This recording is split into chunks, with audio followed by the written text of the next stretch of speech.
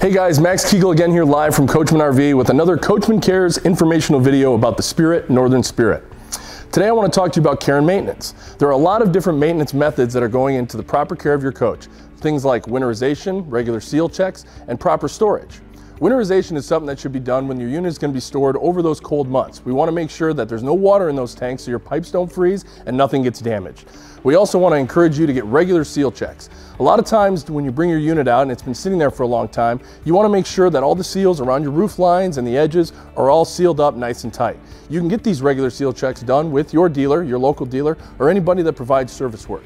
We also want to encourage you to bring your unit in and make sure you go through everything, through all your water systems, make sure all your lights turn on. This proper and consistent care and maintenance will add to the life and the value of your coach.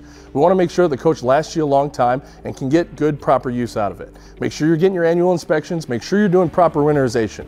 If you have questions about this, you can feel free to reach out to us at coachmenrv.com or check with your local dealer. Thanks for watching.